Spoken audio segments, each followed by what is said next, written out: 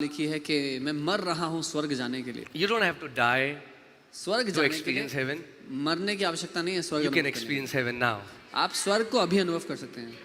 Amen. You can experience heaven now. आप स्वर्ग को अभी अनुभव कर सकते हैं। Amen. Yeah. And that's what faith is going to do. और ये है जो विश्वास करेगा आपके लिए। But let's see how it will happen.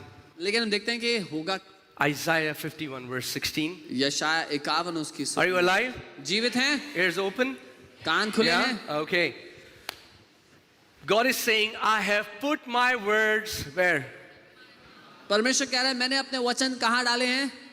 तेरे मुंह में। I have put my words in your मैंने mouth, मेरे वचन तेरे मुंह में डाले हैं and I have covered you with the shadow of my hand, और तुझे अपने हाथ की आड़ में छिपा रखा है that I may plant the heavens.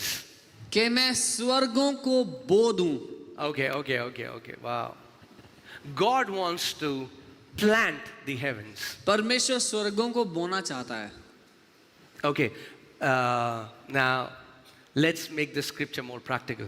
हम इस आयत को और ज्यादा If you have to sow, असली बनाते हैं। for example, if you have to plant mangoes, what do? अगर आपको आम का पेड़ चाहिए तो आप क्या बोएंगे, क्या करेंगे? What do you need? Mango seed. That means mango tree already exists.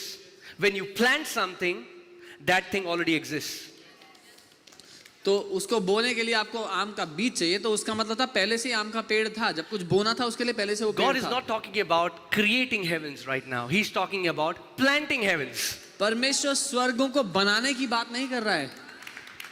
स्वर्ग पहले से हैं, वो उसको यहाँ पर बोने की बात कर रहा है। In the beginning, He created heavens. शुरुआत में परमेश्वर ने स्वर्गों को बना दिया था। Now He wants to plant the heavens. अब वो स्वर्गों को बोना चाहता है। And whenever you think about planting something, और जब कभी मैं सोचता हूँ कुछ बोने के बारे में, you need a seed, तो आपको बीज चाहिए होता है, right? है ना? Jesus said, the kingdom of heaven is like a seed. यीशु ने कहा स्वर्ग का राज्य एक बीज के समान है। That means इसका मतलब- heaven इसका comes मतलब in the form of. स्वर्ग बीज के रूप में आता है। Are you getting it? समझ रहे हैं?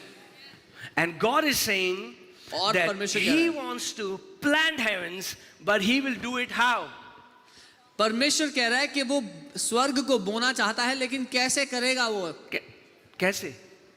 कैसे? I have put my words in your mouth. मैंने मेरे वचन तेरे मुंह में डाल दिए हैं। I have put my words in your mouth. मैंने अपने वचन तुम्हारे मुंह में डाले And I हैं have covered you with the shadow of my और hand. अपने हाथों की आड़ के नीचे तुम्हें ढांप लिया है। What does it mean to be covered by the shadow of the hand of इसका God? अर्थ क्या है कि हम परमेश्वर के हाथों की आड़ के नीचे ढांपे It हुए means हैं? the Holy Spirit. इसका मतलब पवित्र आत्मा है। Mary, you will bear a son. Maryam तुम्हें पुत्र होगा। How? The कैसे? power of Most High God shall overshadow you. परम प्रधान की सामर्थ्य तुम्हें घेर लेगी। Amen?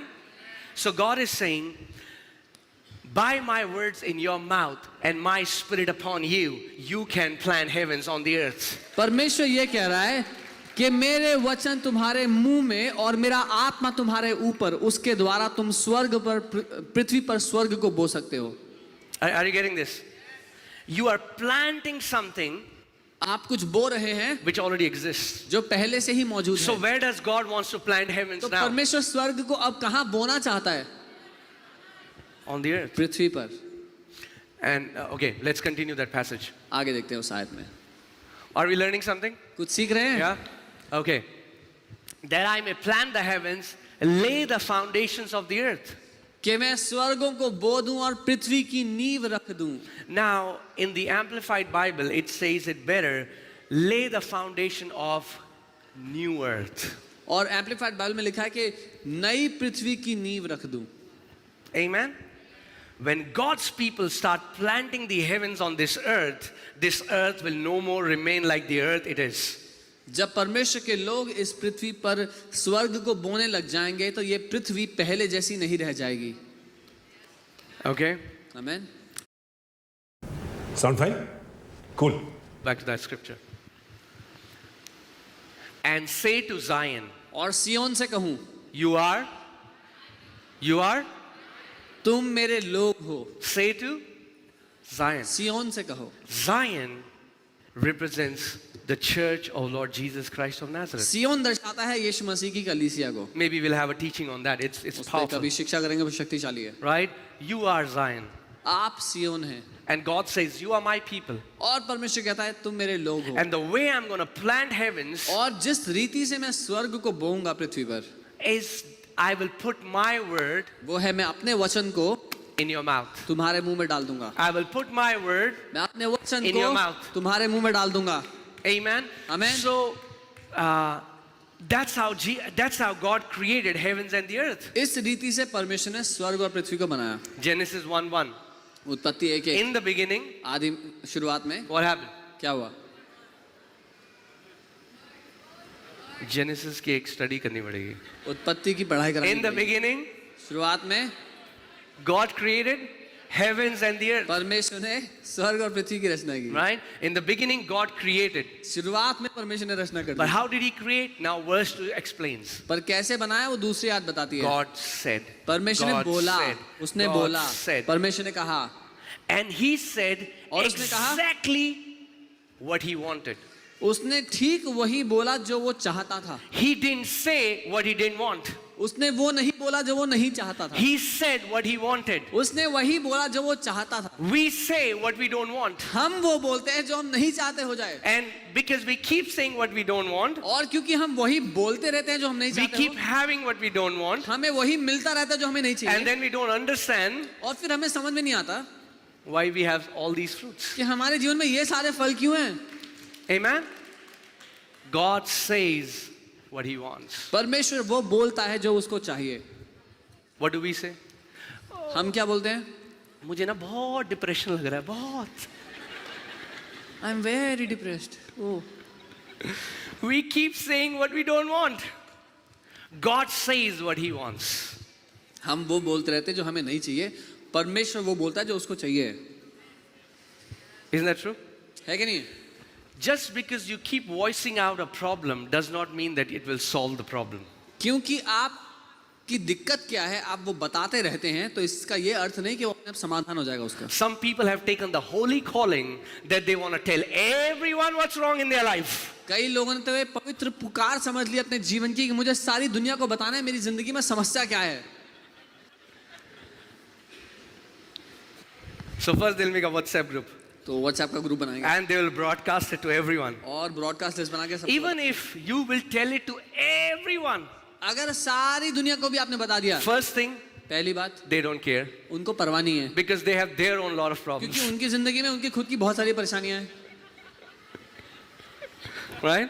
है ना। And second, दूसरा, even if they care, अगर परवाह करे नहीं तो they cannot do anything about it. तो कुछ नहीं कर सकते उस दिक्कत के बारे में वो, But you can. लेकिन आप कुछ कर सकते हैं। By putting God's word in your mouth, you can change your situation. परमेश्वर के वचन को अपने मुंह में डाल करके आप अपनी परिस्थितियों को बदल सकते हैं। You know, I think one thing that we have to change is this mindset to get sympathy from people. हमें एक चीज जो बदलनी जरूरी है वो ये मानसिकता है कि कहीं लोगों से दया मिल जाए थोड़ी सी हमें। I was so sick. अरे मैं तो इतना बीमार हूँ, This guy didn't even message me. इसने मुझे मैसेज भी करके पूछा नहीं। What will happen if he'll message you? क्या होगा उसने मैसेज कर दिया तो? Will you be healed? ठीक हो जाओगे? No. नहीं, You will just feel good. बस अच्छा महसूस Do you होगा। want to feel good or do you want to be healed? अच्छा महसूस करना चाहते हो जिंदगी में, अच्छा If Jeena you want to be चाहते हो? healed, then put God's word in your mouth. अगर स्वस्थ जीना चाहते हो तो परमेश्वर के वचन को अपने मुंह Rather में than डालो। expecting sympathy from people. लोगों से दया तरस की उम्मीद लगाना छोड़ दो। Amen. We don't need sympathy. You are not a victim. Victim-minded people expect sympathy. आपको किसी की दया तरस नहीं चाहिए। जो लाचार मानसिकता रखते हैं, बेचारा सोचते हैं अपने आप को, उनको चाहिए होती Say, है। I'm not a victim. बोलो मैं बेचारा नहीं हूँ। You know, it's sad, but most of the people are plagued with victim mindset. ये दुख की बात है लेकिन अधिकतर लोग इसी मानसिकता को लेकर जीते They're हैं। looking for a shoulder. वो किसी का कंधा ढूंढ रहे हैं। कौन देगा मुझे कंधा? Who will give me their shoulder to cry on?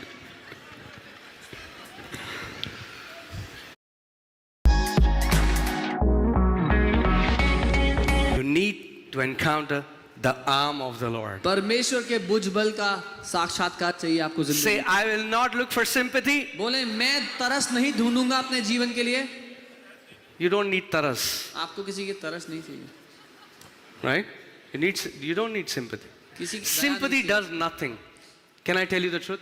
दो लोगों की दया पा करके कुछ नहीं होता, Sympathy does nothing. दया से कुछ नहीं You बदलता। just live as a victim all your life, जिंदगी भर आप बेचारे हैं ये सोच के जीते रहेंगे, फिर trying to blame somebody for your life. किसी और पर दोष लगाते रहेंगे। आपकी जिंदगी में जो दिक्कत है You are उसके लिए not a victim.